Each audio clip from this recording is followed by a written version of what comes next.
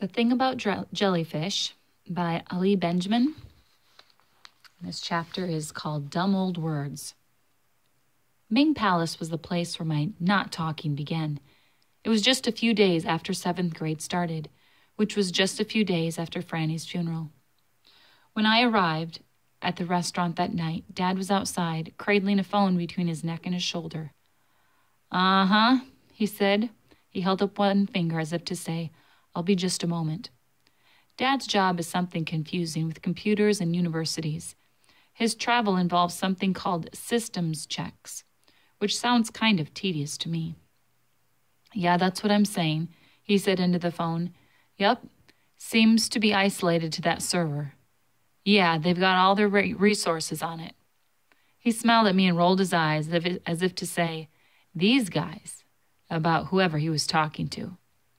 I smiled back and rolled my eyes as if to say, "Yeah, I know just what you mean." I had no idea who he was talking to.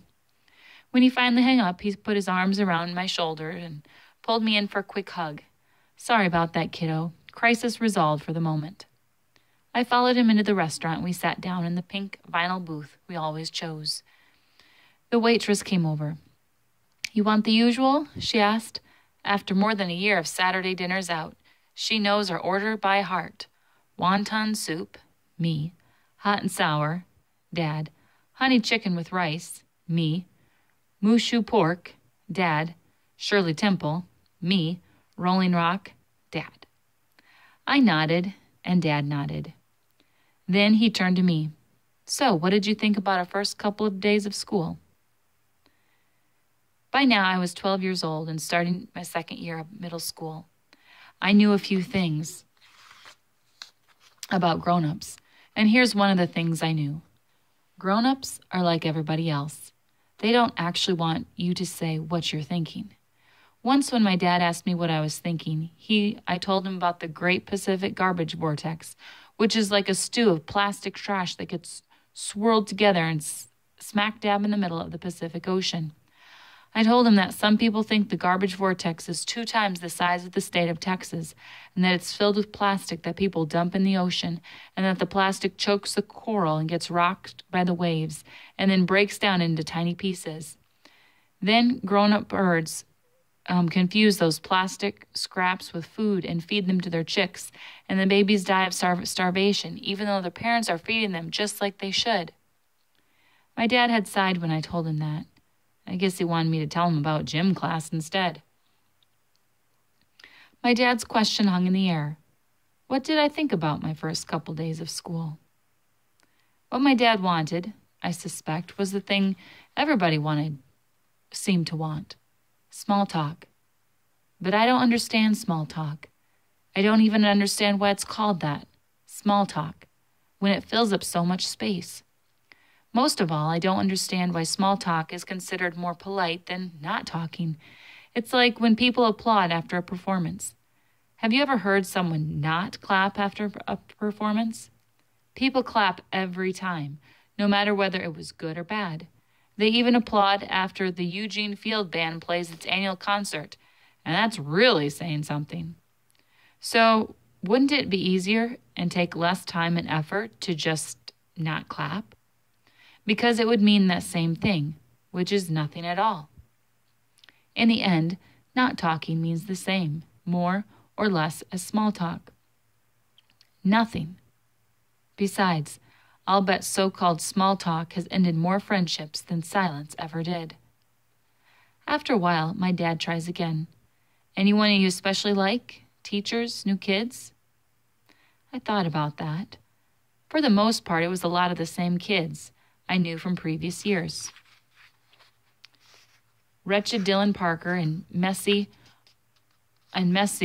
always messing up Justin Maloney. That new girl, Sarah Johnson, seemed okay, I guess. And I was pretty sure I'd liked Mrs. Turton, the 7th grade science teacher. When we walked in the door on the first day, she wore an Albert Einstein wig and tried to explain that time moves at different speeds depending on how fast you're traveling. I liked the way she made it seem like the world around us, even the normal everyday stuff, was actually kind of amazing. Already she told us there are 60,000 miles of blood vessels in a single human body, enough to circle Earth 2.5 times. She told us that ants sleep for just 8 minutes a day and that snails can sleep for 3 years. She also said that each of us has at least 20 billion atoms from William Shakespeare inside our body. At least 20 billion, she emphasized, and she showed us some complicated math to prove it.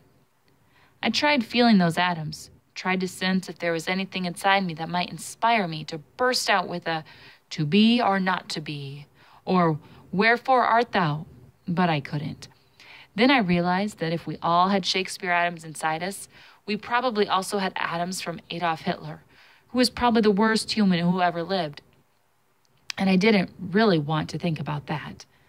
I liked that we were going to write research papers for Mrs. Tutton's class, and that we could choose any subject we wanted as long as it related to science. Past students, she explained, had studied orcas, diabetes, astronaut food, the Black Death, velociraptors, solar hurricanes, and bioterrorism.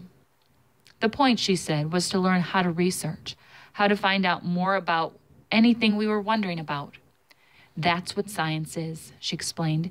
It's learning what others have discovered about the world, and then, when you bump up against a question that no one has ever answered before, figuring out how to get the answer you need.